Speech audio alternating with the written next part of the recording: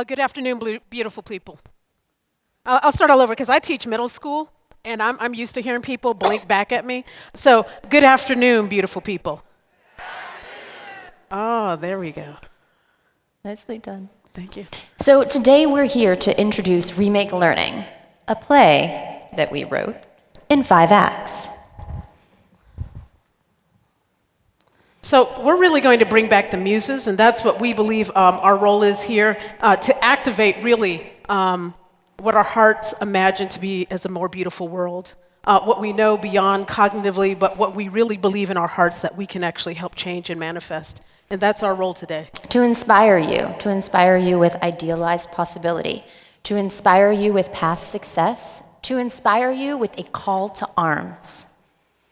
So we are two voices in a sea of powerful people and wise people in the Remake Learning Network. I'm Michelle King. I taught for over 20 years. I spent my first 16 or 17 years teaching in the most dangerous parts of the city, Mount Lebanon. And totally saying. We're going to help some parts of the city, brothers and sisters. And then I came to push the conversations, and where I am now, activating that very beautiful work at the Environmental Charter School, teaching social sciences to middle schoolers. And I am Megan Ciccone. I am the Director of Instructional Innovation at the Allegheny Intermediate Unit. And I did start my career in a dangerous place called Anacostia in Washington, D.C. public schools. Right. So here's the thing, we decided, what better than to go to our inner diva, and I like to call forth Beyonce, but that name was already taken, so I went with the learning instigator, and then my fellow cohort went with the possibilitarian.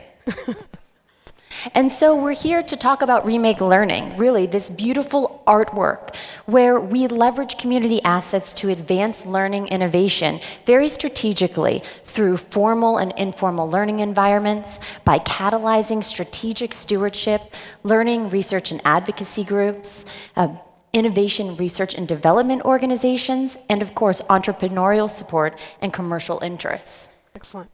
Act 1 is the problem. What is the real problem that we're trying to face?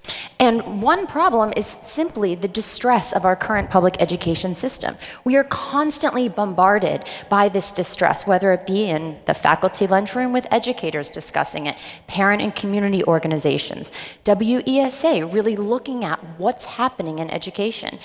It might not be as dire as it is elsewhere, but minimally, we are not meeting the needs of all of our learners. And so when we talk about this notion of change and reform and transformation, what is it that we actually mean? And I ask ourselves, brothers, sisters, what is the purpose of education? Is it simply to make a living, or is it about making a life? And is that the work that we are doing here in education? I ask that, and that is an issue that we are taking on here.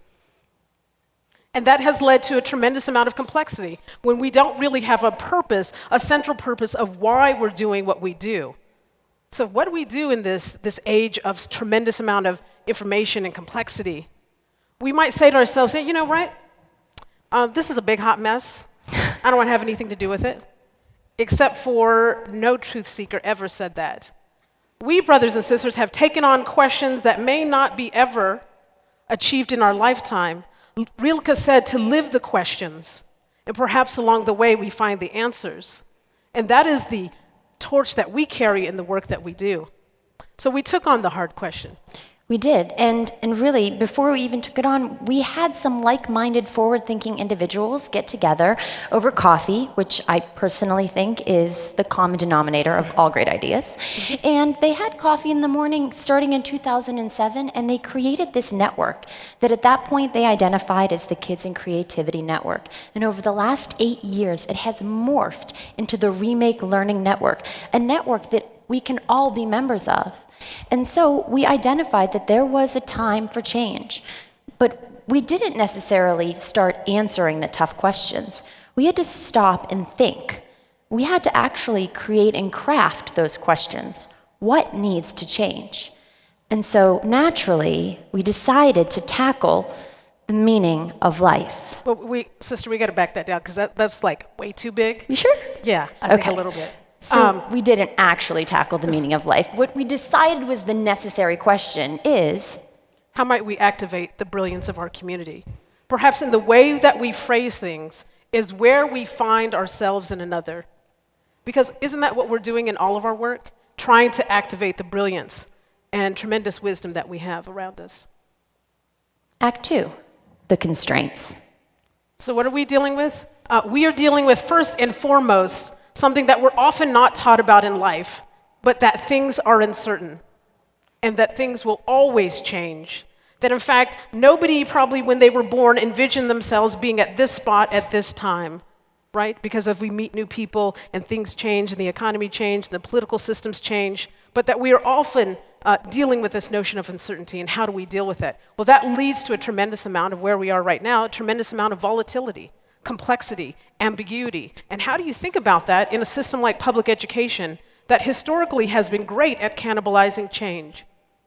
A system that sometimes perpetuates inequity instead of tackling it head on, and where all of us exist in a system that's inequitable, but some people just can't really get over it. And that leads us to the idea of disconnection. In this world where technology seems to increase connectedness among one another, there are still so many who are disconnected, so many who lack a sense of belonging.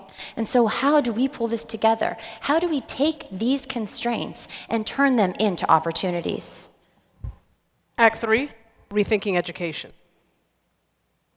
So very interesting, 2009, Ken Robinson came with this talk about changing education paradigms, which years later was animated by the Royal Science Academy to really get us thinking about historically, socially, economically, how education has come to be, and to say, now we're in a time where learning can happen anywhere, any place, from any device, and do our education systems match the values and times that we live in?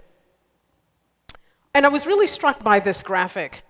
When we look at learning all the time, that less than 20% of learning happens in formal spaces. So why are we trying to do so much in a constrained space when we have over a lifetime, in both in and out of school, a tremendous amount of time out of school where we really see learning happening?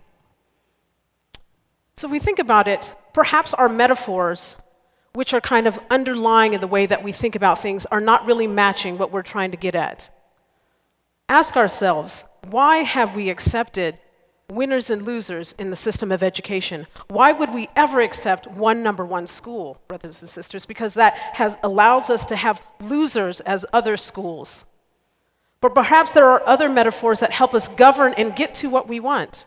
And so we cannot perpetuate a system of winner and losers or a metaphor where ecosystem reigns. Instead, we can take a note from nature, from the idea of a healthy, thriving, flourishing ecosystem, which really leads to this idea of a connected network, a network that isn't fractured, that excels, that is collaborative, where people thrive.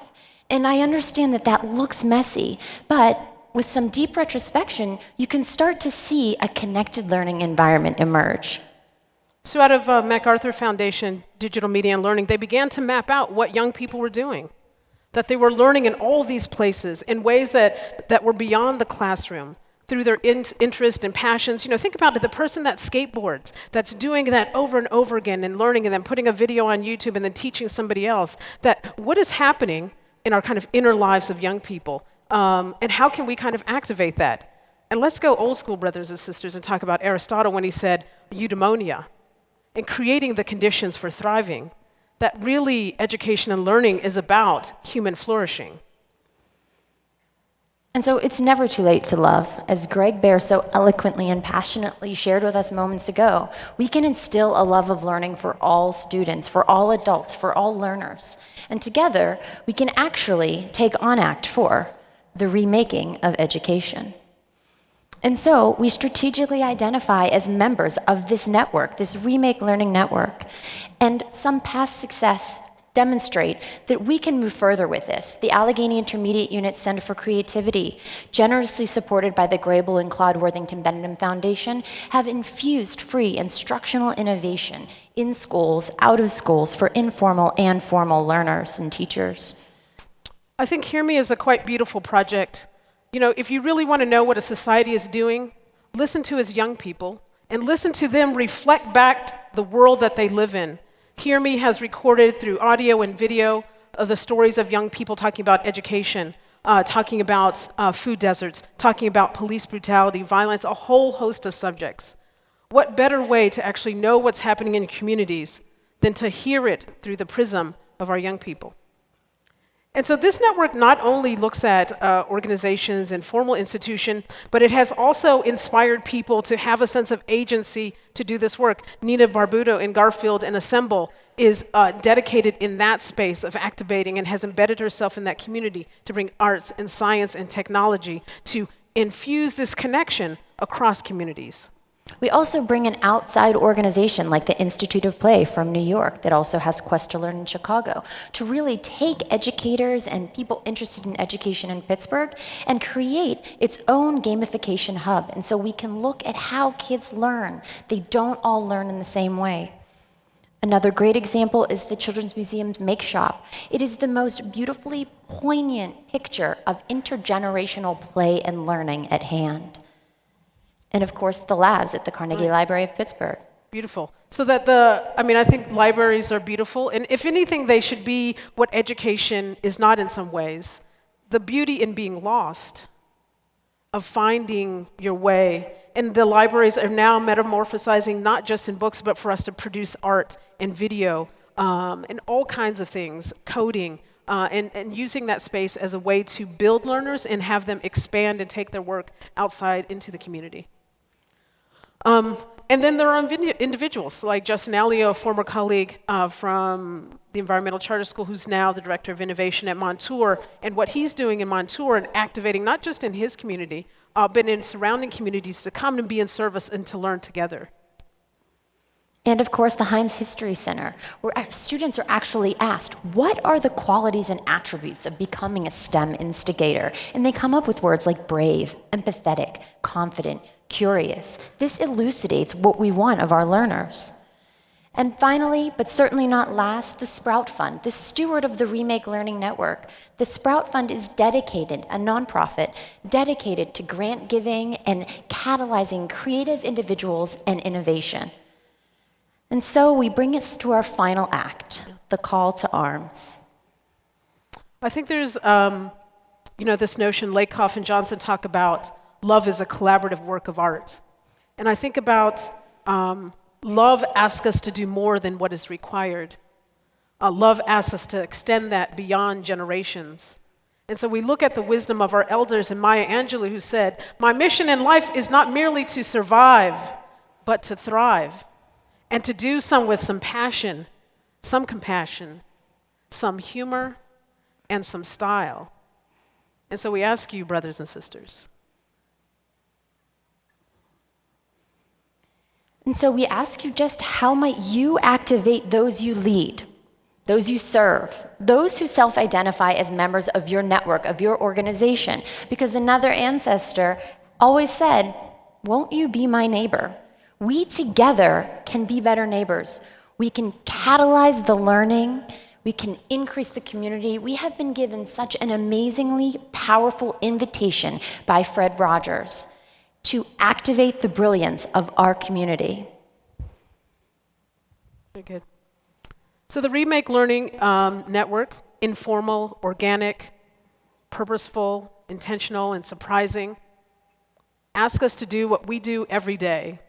Is that in every moment, in every conversation, in every act of giving, in every act of the hard work, the invisible work of building community, it asks us to do that. That is the beautiful work that we've been asked to do. The world that we imagine we want to live in. It is the legacy that we give to our young people, the torch that we hand over to say, do the work that we have done in our life. This is an invitation to do that work, an invitation to play, an invitation to learn together. And as we were planning this is our first time working together, and Greg asked us to give us talk. And as we wrote together, I was really I fell in love with this thing that you said about the beautiful messiness. Yes. And if you could speak to that.